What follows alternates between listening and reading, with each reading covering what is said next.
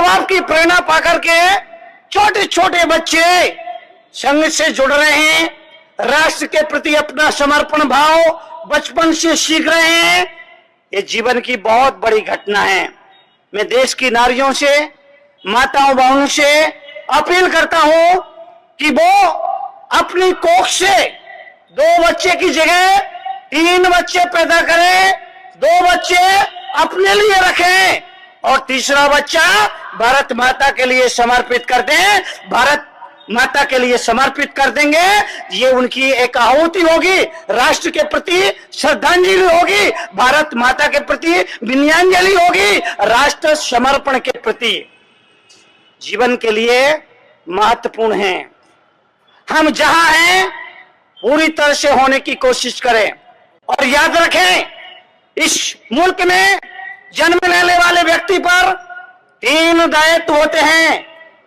एक कर्तव्य उसका अपने परिवार के प्रति होता है, दूसरा कर्तव्य उसका जिस समाज में उसका जन्म हुआ है उस समाज के प्रति होता है, और तीसरा कर्तव्य उसका जिस राष्ट्र की, जिस देश की भूमि पर खेला है, कूदा है, बड़ा हुआ है, खड़ा हुआ है, उस राष्ट्र के प्रति भी उसका कर्तव्य है।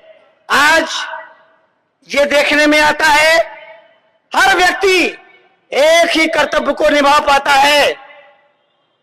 पहला कर्तव्य अपने परिवार के लिए, इससे आगे नहीं सोचता है। वो जो कुछ भी करता है अपने परिवार के लिए ही सोचता है। लेकिन आपसे निवेदन करना चाहूंगा कि उसके आगे भी कर्तव्य है। जिस समाज में आपका जन्म हुआ है उस समाज को आगे बढ़ाएं, उस समाज को मजबूत बनाएं, उस समाज को आत्मनिर्भर बनाएं, और फिर उससे आगे की सीढ़ी होती है जिस देश के अन्न को खा करके, पानी को पी करके आप बड़े हुए, अपने पैरों पर खड़े हुए, वक्त आने पर उस राष्ट्र की समृद्धि के लिए, उस राष्ट्र के विकास और कल्याण के लिए अपने आप को समर्पित कर दें। ऐसी भावना भी इस देश में पैदा होने वाले हर बालक के मन में होना चाहिए। छोटे छोटे बच्चे स्वयंसेवक संघ के, चूंकि ये बच्चे हैं लेकिन माँ बाप के द्वारा प्रेरित होकर के ये एक लक्ष्य को लेकर के आगे बढ़ रहे हैं, और जब कभी भी मुझे संघ का निमंत्रण मिलता है मैं जरूर आता हूं। इसीलिए आता हूं कि आप जो कर रहे हैं मैं आपके विचारों से पूरी तरह सहमत हूं, और जो मैं कर रहा हूं वही काम संघ अपनी नीतियों के द्वारा कर रहा है। इसलिए मुझे निमंत्रण मिलता है, मैं जरूर आता हूं। आज भी मुझे बुलाया गया। संघ के स्वयं सेवकों का ये परम सौभाग्य, आप अपने आपको सौभाग्यशाली समझिए, आप अपने आप को पुण्यशाली समझिए कि आपने अपने जीवन में तीसरे कर्तव्य के लिए विचार किया है और अपने आप को समर्पित किया है। आप अपने भावना को, सपनों को साकार करें, यही मेरा आपसे अनुरोध है। आप सबके लिए बहुत बहुत आशीर्वाद, शुभकामनाएं। जय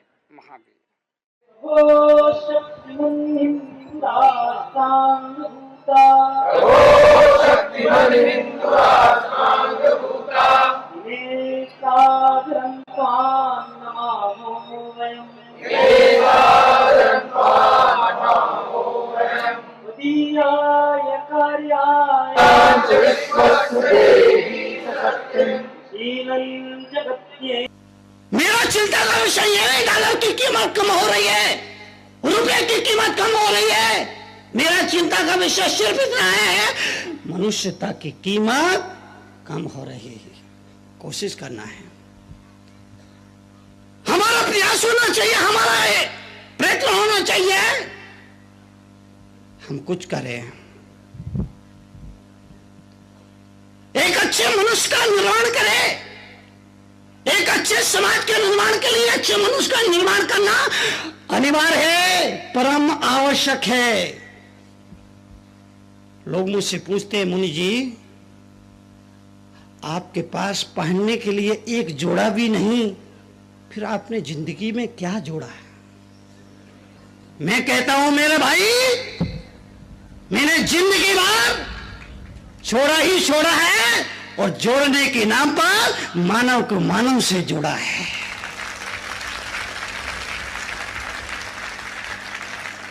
मैंने जिंदगी भर जोड़ा ही जोड़ा है, मैंने जिंदगी भर जोड़ा छोड़ा ही छोड़ा है, और जोड़ने के नाम पर मानव को मानव से जोड़ा है। आप सब लोगों से गुजारिश है, अगर आप तरुण सागर का कहा माने तो अपना तन बीवी बच्चों को दे देना, चल जाएगा। अपना धन सगे संबंधियों को दे देना, चल जाएगा। लेकिन अपना मन सिवाय ईश्वर के और किसी को मत देना।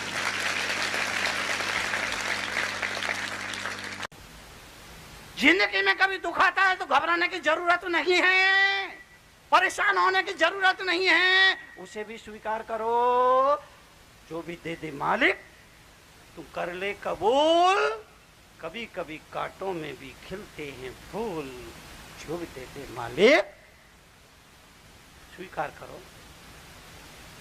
जीवन में परिवर्तन लाना है, जीने का ढंग बदलो।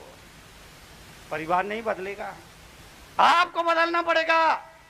सामने वाला नहीं बदलेगा, आपको बदलना पड़ेगा।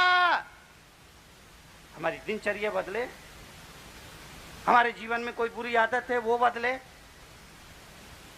हमारे जीने का तरीका कुछ गड़बड़ है वो बदले, सब कुछ बदल जाएगा।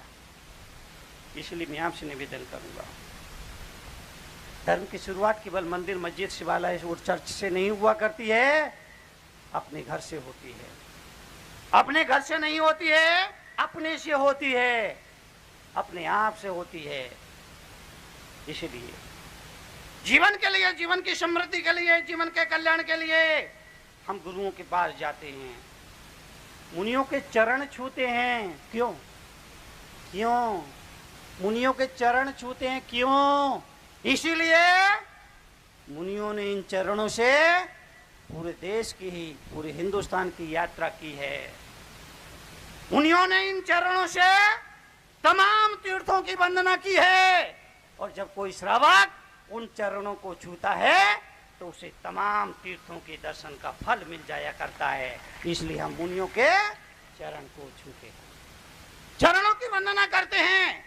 जीवन के लिए, जीवन की समृद्धि के लिए हमारी संस्कृति ने दिखाया चरणों में झुकना, चरणों में आचरण होता है। हम भी उसके हकदार बने, इसलिए हम चरण वंदना करते हैं। लेकिन आजकल कभी बहू को सास के चरण छूने की जरूरत पड़ जाए, शादी विवाह होती है, कई प्रसंग आते हैं, बहुओं को अपनी सासू के चरण छूना पड़ती हैं, पैर पड़ना पड़ती है। तो कैसे पैर छूती है? कैसे पैर छूती है? पैर नहीं छूती, घुटने छूती है। पैर, चरण आचरण के प्रतीक है। जब हम किसी के चरण छूते हैं तो ये भावना कहते हैं आपके चरण में जो आचरण है हम भी उसके हकदार बने। लेकिन जब बहू अपनी इस बूढ़ी सास के चरण छूते हैं, बूढ़ी सास के घुटने में क्या होता? क्या होता? सास के घुटने में क्या होता? सिवाय दर्द के और क्या होता है? लेकिन जब कोई बहू सास के घुटने छूती है तो मुझे लगता है बहू कह रही अम्मा आपके दर्द का, घुटने का दर्द मेरे।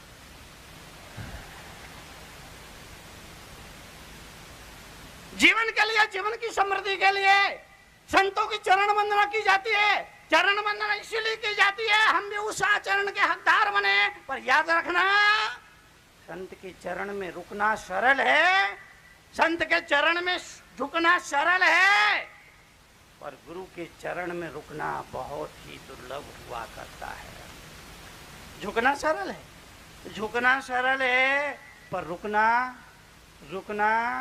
रुकना, अरे झुकने वाले तो हजारों हुआ करते हैं।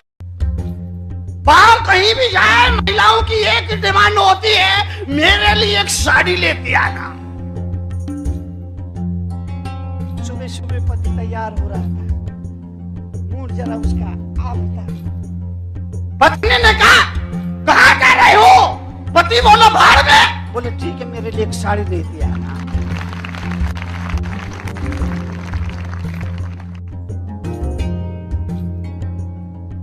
पत्नी ने कहा मेरे लिए साड़ी, पति बोला मंगाई है। शाम को जब पति खाली हाथ वापस घर लौटा तो पत्नी ने कहा तुमने सुबह कहा था मेरे लिए साड़ी।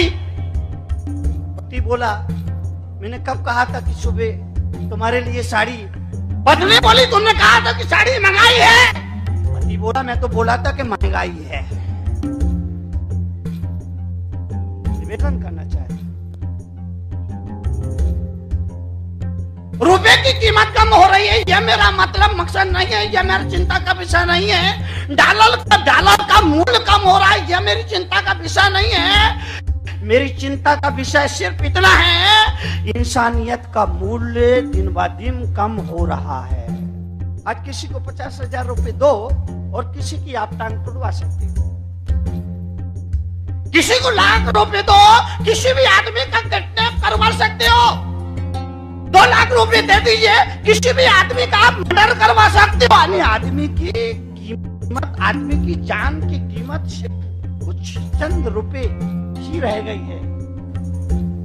मानवता की कीमत घट रही है, इंसानियत की कीमत घट रही है।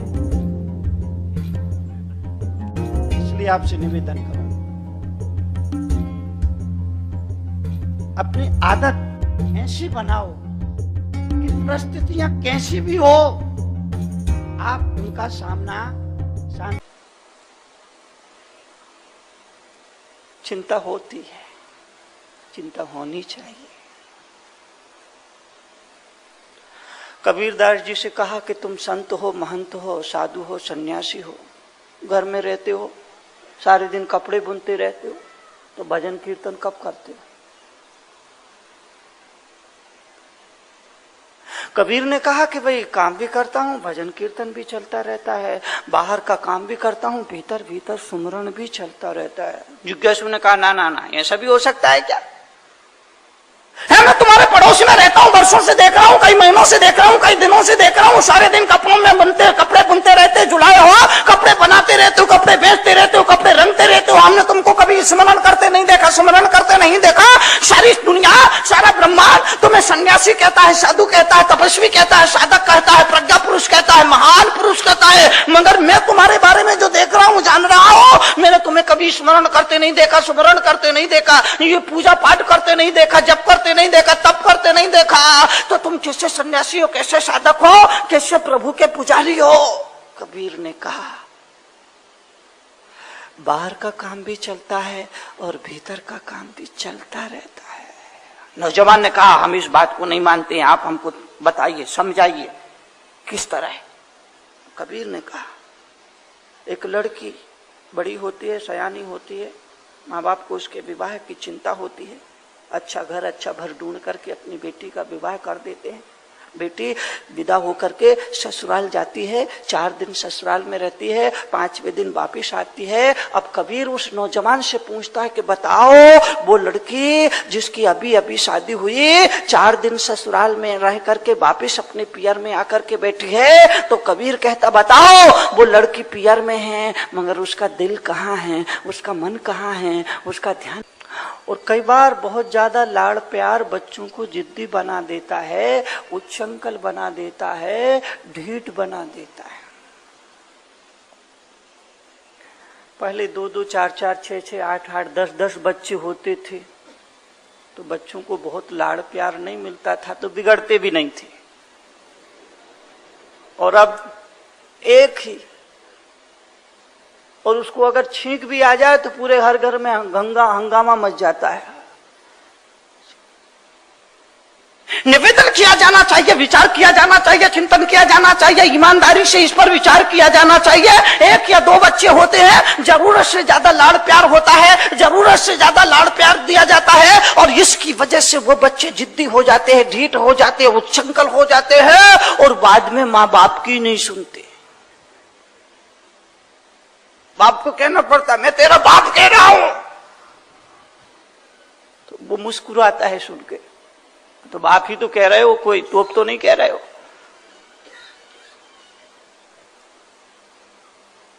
जमाना ऐसा बदल गया, दिल्ली बंबई जैसे शहरों में जाके देखो, कहने को ये बाप और ये बेटा है, मगर सच्चाई ये होगी कि बेटा बाप नजर आएगा और बाप बेटा नजर आएगा।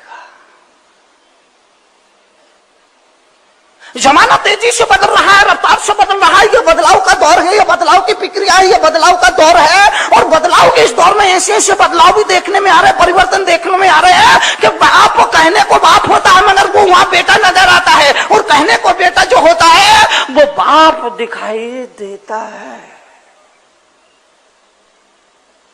मेरा कहा मानो तो बच्चों से लाड़ प्यार जरूर करो, मगर उन्हें इतना लाड़ प्यार भी मत करो कि वो तुम्हारे सिर पे चढ़ जाए।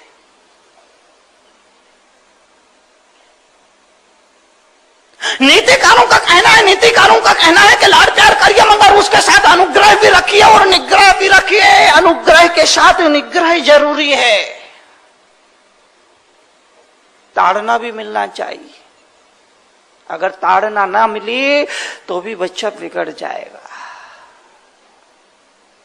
तो एक बुढ़िया थी, उसकी एक लड़की थी, बहुत लाड़ प्यार में पड़ी तो जिद्दी हो गई, ढीठ हो गई, उच्छृंखल हो गई। अहम और दम उसके हर व्यवहार में झलकता था।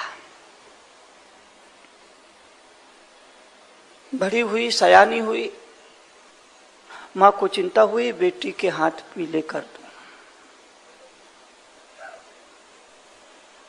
और घर की लड़की बड़ी हो जाए, सयानी हो जाए तो माँ बाप को तो बाद में चिंता होती है, पड़ोसी को पहले चिंता होती है कि भाई बेटी बड़ी हो रही है, क्या कर रहे हो। हाँ, ऐसी चिंता जताता है जैसे शादी में 5-50 हजार रुपये लगाने वाला हो, देने वाला कुछ भी नहीं है। लेकिन बाप को याद दिला दिला करके उसके रात की नींद खराब करना चाहता, उसको टेंशन में देना चाहता, उसको तनाव में देना चाहता, उसको डिप्रेशन में देना चाहता। इसलिए हर 5वें दिन, 8वें दिन, हर 15वें दिन वो याद दिलाएगा बेटी बड़ी हो रही और तेरे को कुछ ख्याल ही नहीं है।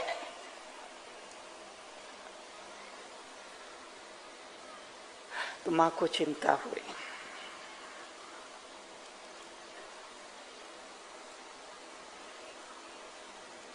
चिंता होती है, चिंता होनी चाहिए। कबीरदास जी से कहा कि तुम संत हो, महंत हो, साधु हो, सन्यासी हो, घर में रहते हो, सारे दिन कपड़े बुनते रहते हो, तो भजन कीर्तन कब करते हो।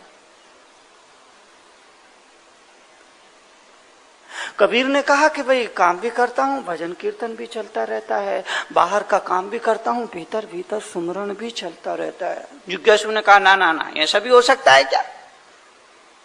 मैं तुम्हारे पड़ोस में रहता हूँ, वर्षों से देख रहा हूँ, कई महीनों से देख रहा हूँ, कई दिनों से देख रहा हूँ, सारे दिन कपड़ों में कपड़े बुनते रहते, जुड़ाए हुआ कपड़े बनाते रहते हो, कपड़े बेचते रहते हो, कपड़े रंगते रहते हो। हमने तुमको कभी स्मरण करते नहीं देखा, स्मरण करते नहीं देखा।